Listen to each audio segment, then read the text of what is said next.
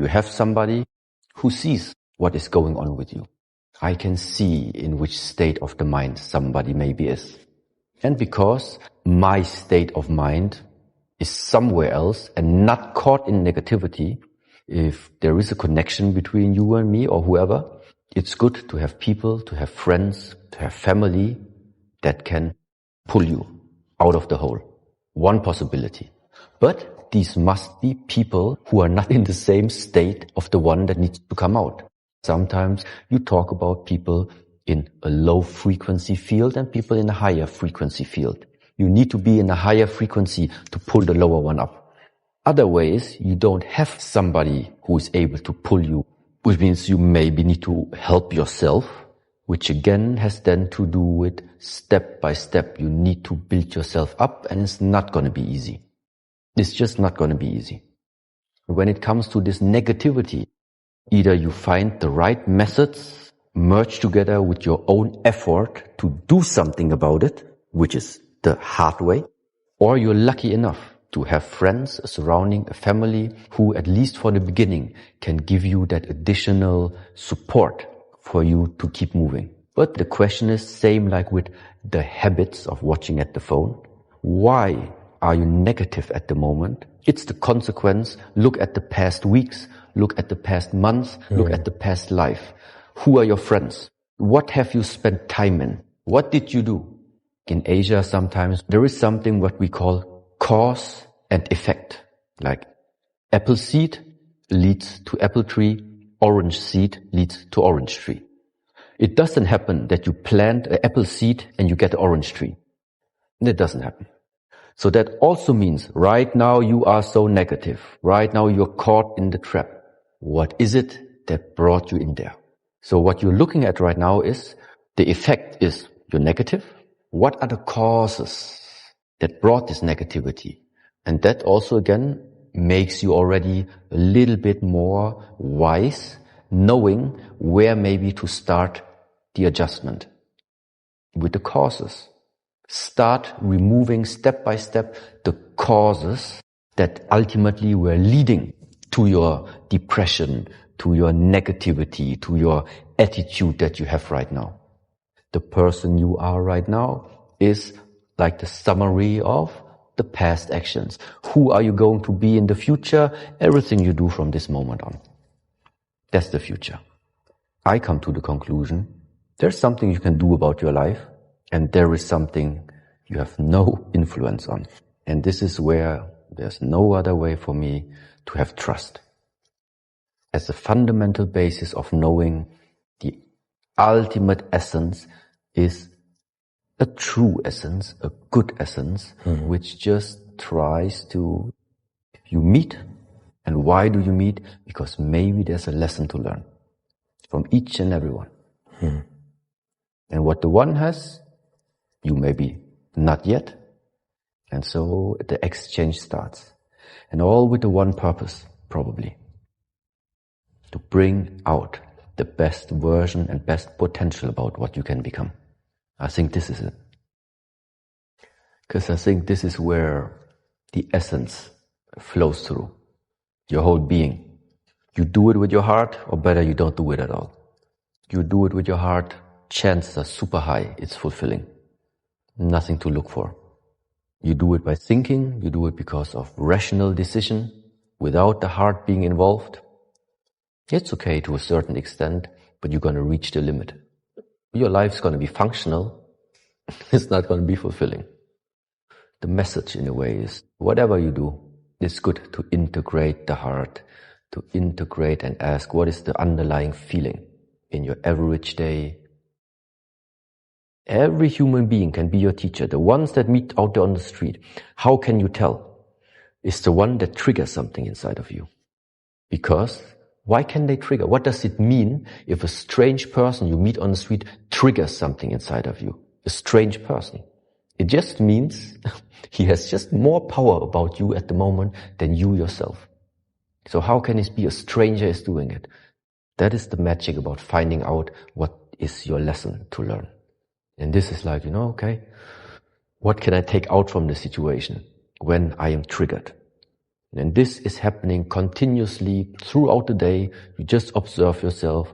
Sometimes the email can be your trigger. The phone call can be your trigger. Everything can be your teacher.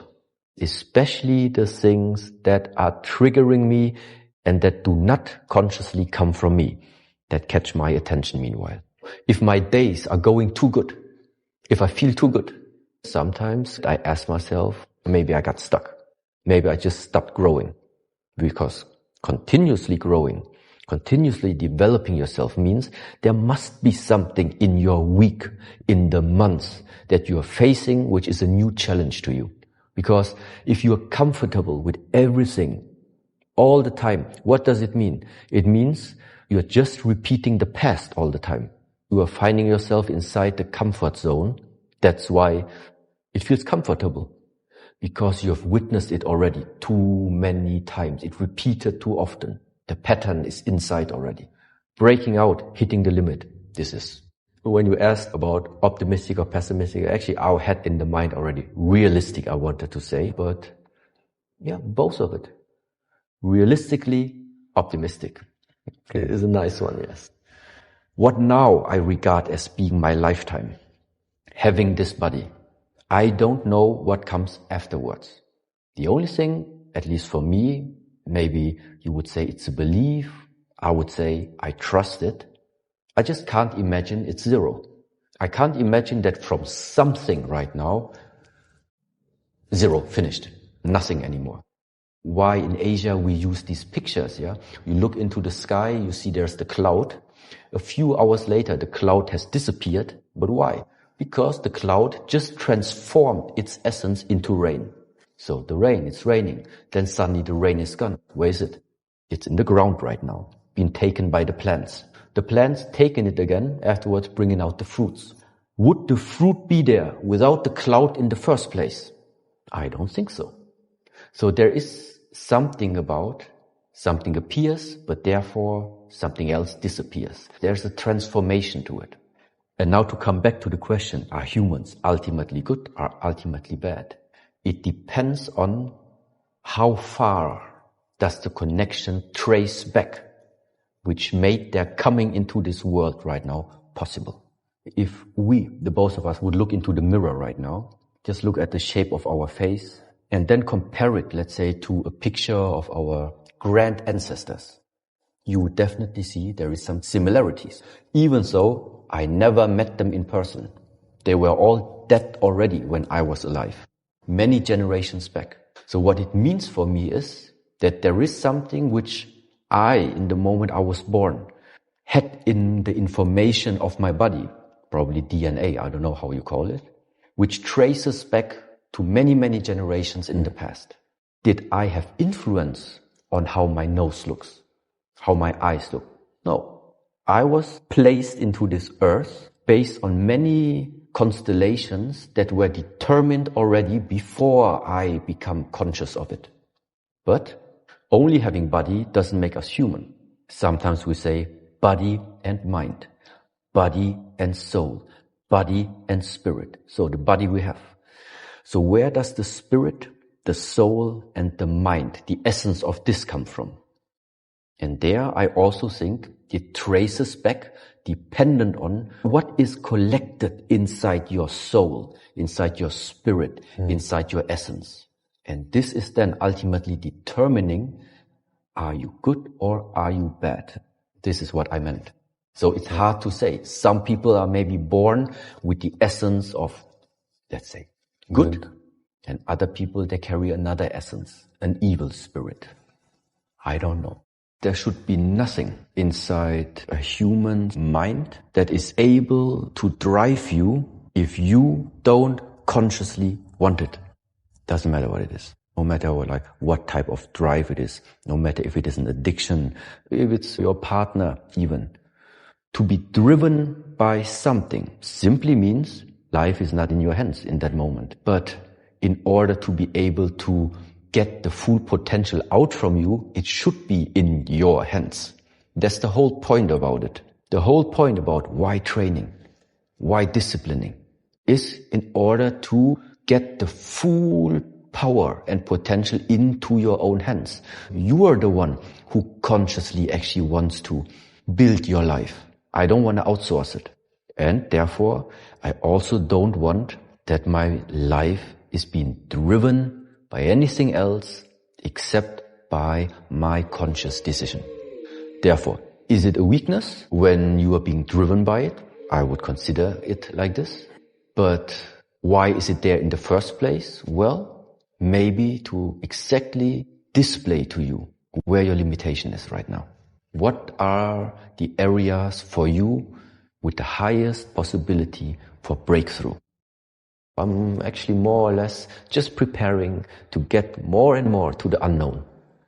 I have no concrete idea where it's going to lead. But it just really came recently to my life that stop the planning. I planned the first half of my lifetime. The first 40 years was full of planning, was full of ideas that I try to put into the world, where I think I have to put something into the world. No, it's about balance. Now maybe it's time where I don't do the planning. I wait. There is simply this term of energy. Energy by nature, you cannot see it. Once energy starts to focus or concentrate itself in certain amounts, things start to take form. So that means everything that has a form, everything that starts manifesting is a type of condensed, locked energy. How does the energy get locked? How does the energy condense? Energy follows intention. Or thoughts. This is where the energy goes. What you think about, this is the nourishment of the energy. You continuously place your intention in some direction. Your thought in some direction. From this, what I just explained before, is absolutely possible that this is the reason why things suddenly start to manifest and pop up visibly in your life. Because it's a lot of thinking power that went into there, which time over time started collecting, condensing so much energy, so much lifetime of yours, that it comes. So, in which direction can you now use this understanding? This ultimate creativity of the mind, this ultimate possibility of us humans being able to create something with the mind that at the moment actually doesn't even exist yet. Somebody must have seen something in the mind before even it was built. So everything starts here. You can use it to serve humanity or use the creative power, creating all types of threats, horror scenarios, conflicts that are also possible to come. And this is now the question. For what are you going to use the power of the mind? Congratulations that the first very important step you already have achieved, which is you can see yourself. You have realized that issue about yourself. You are able to see it, you are able to identify it, that it's present. Why? If you don't know where the problem is located, you cannot fix it. So we know where it is. Also in the way of how you expressed it exactly. There is something about habit going on. Habit meaning a continuous action which in a way always repeats over and over again. Something that repeats over and over again means there is some type of continuity or conditioning that took place. So who and what conditioned us to have these habits? People have now different answers. The work, the society. So why is it you follow upon this trend or whatever it is? Something is conditioning you. You have been conditioned by something. By what? So find out by what. Is it your friends that you spend time around with all the time because they do it all the time, so you took over their habits as well? So that means number one is identifying from where are your habits coming from. And now there are two ways. Get rid of the habit. How? By replacing it with the habits you want to have. We humans are habitual beings, meaning what you do often, this you become. So if you want to cultivate something, let's just call it healthy right now. a more healthy lifestyle. That just means you need to do more healthy things on a regular basis. If you want to get rid of the habit of looking at the phone and the screen, what does it mean? You have to reduce that type of habit. How to do it? Minimize the amount of doing exactly that. You minimize of what you don't want to have in your lifetime, and you start to increase what you would like to, let's say, in that case, replace it with. Sometimes people can't do it by themselves. What to do? This is why we have organizations, retreat centers, or things like this, workshops, seminars. These are always places where you get that support sometimes if you can't do it by yourself. I think the worst thing that could happen in this lifetime is that one day I get old, sit somewhere, look back at my life and say, I wasted my lifetime. This is maybe also related to fear. So really wasting my lifetime. Wasting the possibilities that have been given to me, but out of whatever reason, you were blind, out of whatever reasons you were distorted, and you missed it. This is something which is really like regretting. Therefore, very carefully, I started to ask myself how to avoid, how to minimize the risk that this day could come like this. And therefore, I became very, very aware and very, let's say, careful also where I spent my energy. Is some ideas. How can I better channel it? How can I make use of the potential that I have? I think one way is of the things that I'm trying to share with you, because this is what I see. But on the other side, you can't have everything in this world. If you commit to one direction, sometimes it's not possible to, at the same time, be exactly as committed to another direction. Times are changing, the universe is changing, ideas are changing, preferences are changing, everything is changing. Humans are changing, I am changing. If you don't cultivate it, the master will not come out from you. It is you yourself who needs to do the work.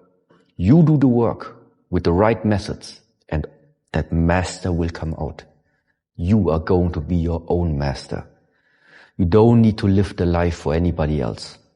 Live it to the fullest possibilities of what you are capable of. And this is what I just expressed as, that's what I call self-mastery. Yes, full responsibility about your own life. Since I entered this room, I'm here. So my mind is not fluctuating. I don't think about what I'm going to do later, what I'm going to do tomorrow. At the moment, what matters to me is the only thing I know what is real is this conversation of you sitting opposite of me. This is like for me what matters. People can feel if you are with them or not with them. I think this is also like a type of respect of knowing our time on this earth is finite. Let's respect. Let's give the necessary respect to the people you are spending your time with. And one way of is expressing this is by being present. Because elsewise the question is just, why would you spend anywhere where you are walking if you don't really want to be there? If you think it's a waste of time to be somewhere, this is why you're drifting off. Why are you there in the first place then? This idea of what is called as be in the here and now, be in the present moment. What does it actually express? It expresses alignment. And that's what very often may be missing. Alignment. Inside of yourself, you think about something, what you really want. You think about what you really want, but your words say something differently. And your actions are also, again, a complete other area. So you think this, you say that, and you do this. And then it's like, okay, 3 areas. How should the power of the universe know what you want if you, for yourself, are already separated into 3 beings? But if what you carry in your heart, carry in your mind, speak out and act upon it, if all these 3 things are together, it's super easy for the universe, or however you call, to understand this is what he or she really wants, here it is. Because there's no doubt about it.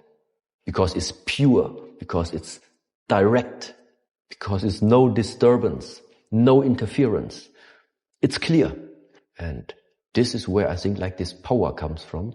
And this clarity of body, mind, thought, word, action, this you can only observe about yourself in the present moment. And this is why I think it matters in a way. If there is some influence you have upon your life consciously, then I think the best timing to do the adjustments is now. It's the present moment. If there's something to adjust about yourself, to take your life into your hands, let's say, it can only happen now.